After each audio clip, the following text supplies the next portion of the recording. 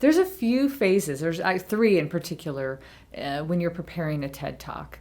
And it's really important to know this because many people don't get past phase 2. So the first phase is you've outlined your talk and you have all these ideas of where stories are going to fit in.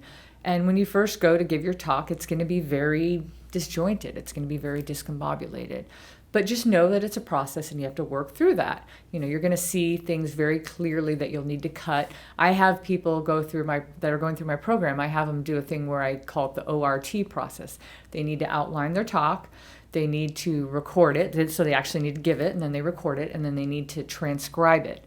That's painful. Like listening to your talk and transcribing it word for word. But what it does is it helps to see where the flow is missing.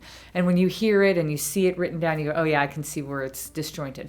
So then you get into that second phase where you've kind of smoothed everything out. You're like, okay, I've rewritten it. I've given it again. And you get to that point where you're almost like a robot.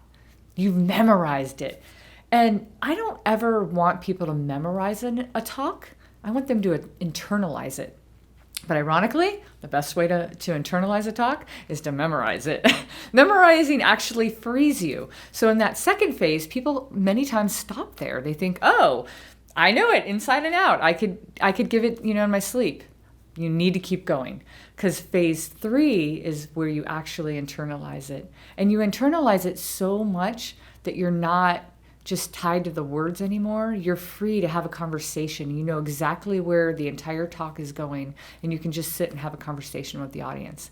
And when you can get to phase 3, that's when you can really give a great TED Talk.